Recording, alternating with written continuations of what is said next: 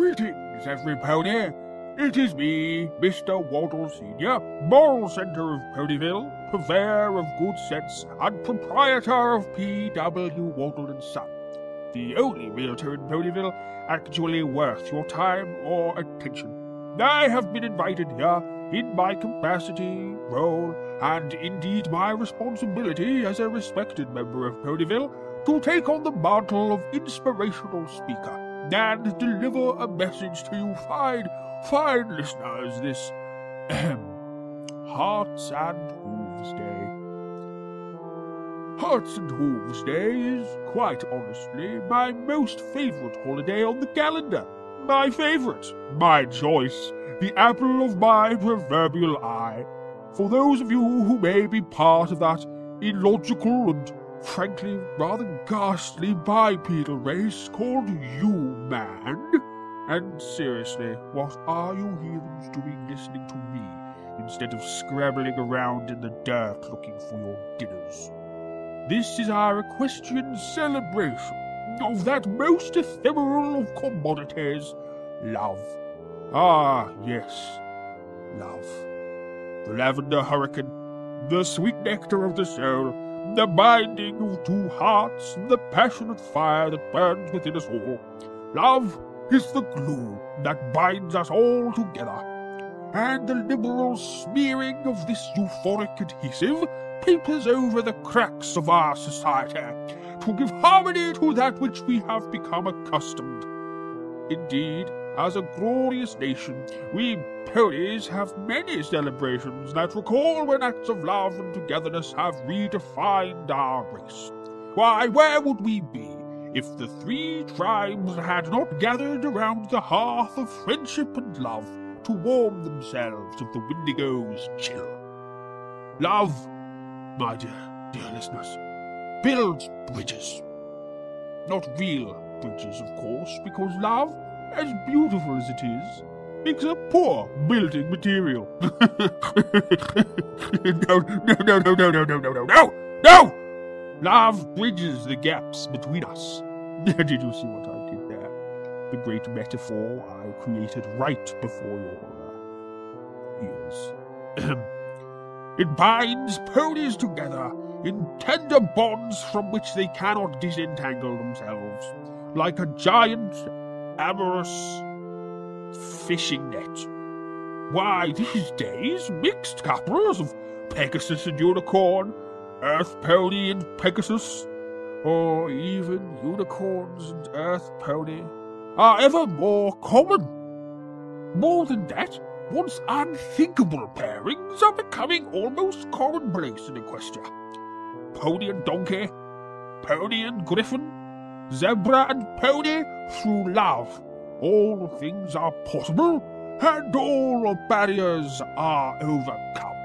Which is precisely why this so-called idea of love is such a dangerous lie.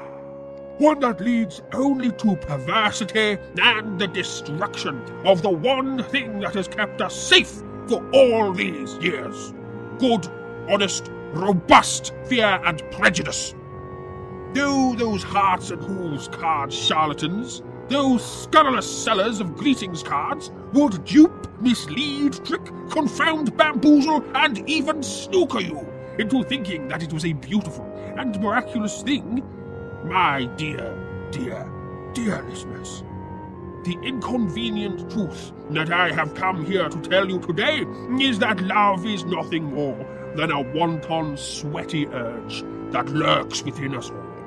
One that, left unchecked, would drive our great nation into a depraved and immoral nightmare. One where our children would copulate with dragons and Paris brights and lampposts and all sorts of nonsense. A miserable world where griffins would turn us down for bank loans, offspring would run wild with disrespect, and all the uncivilized breeding will render the mare's appearance to be homely at best. Lampposts, my dear listeners! Lampposts. Remember, it was love that drove the changelings to invade our nation. They seized and tried to harvest our capital because of love. even the mighty and beautiful Princess Celestia, fell to their hideously evil and ugly queen. Why? Because of love. It was a desire for love that tiptoed into the heart of our equally mighty and beautiful Princess Luna, driving her to become the terrible and ugly Nightmare Moon. Though personally, I found her streamlined approach to social justice rather refreshing. I say kill all naysayers, liberals, pretty much all the teenagers, and let the remaining civilized ponies sort themselves out, is what I say. Yes, compared to these almost apocalyptic events, can we truly say that love is worth the effort poured into it with such tremendous frequency?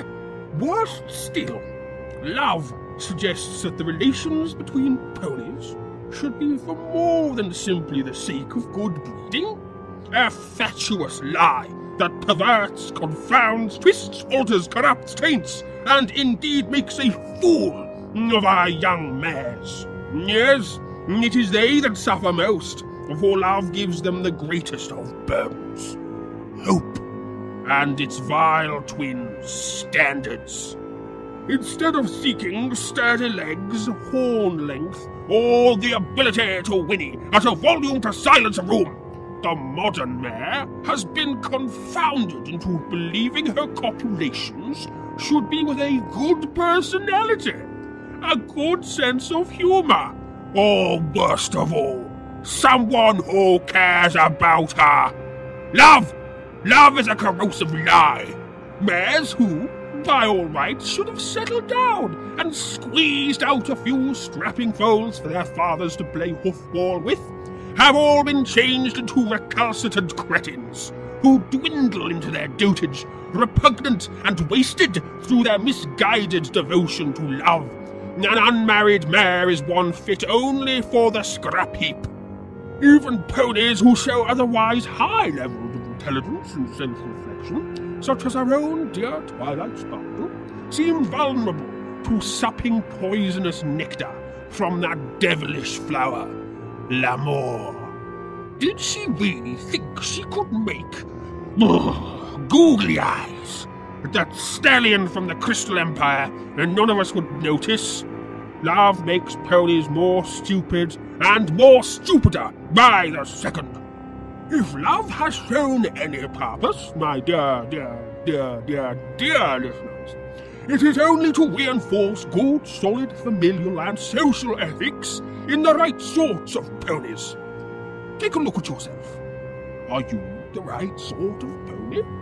Notwithstanding the additional use of love to smite our enemies, such as the laser-like jets of emotion our beautiful Princess Cadence deploys, the harm love has done to our great, glorious, and indeed galvanizing nation far outweighs the good. Indeed, one could say that Hearts and Hooves Day succeeds most not at love, but at making the poor unloved wretches of Equestria feel the cruel sting of isolation all the more keenly. One would wonder why, though.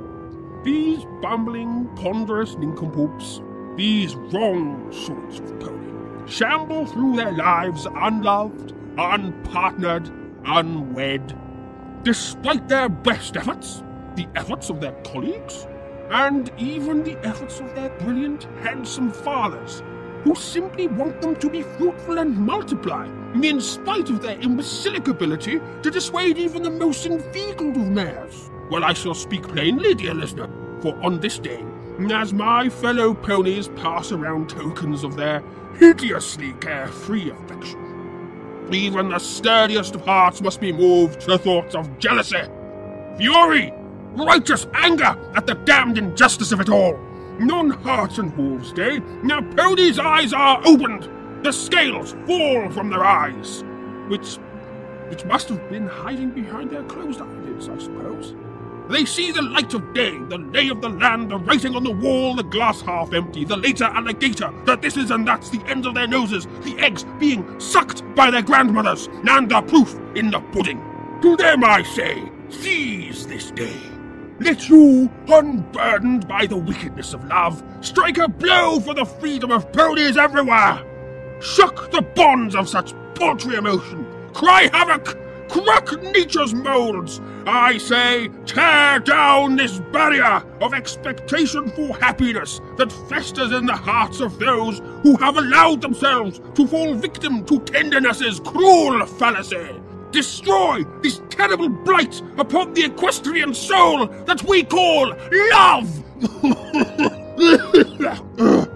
And to those of you who have a special Sam Pony, have a very lovely Hearts and Hooves day from your friend, Mr. P.W. Waddle, proprietor of P.W. Waddle & Son Realtors, Ponyville's only real estate agency, and last hope against, you get the idea. Happy Hearts and Hooves Day.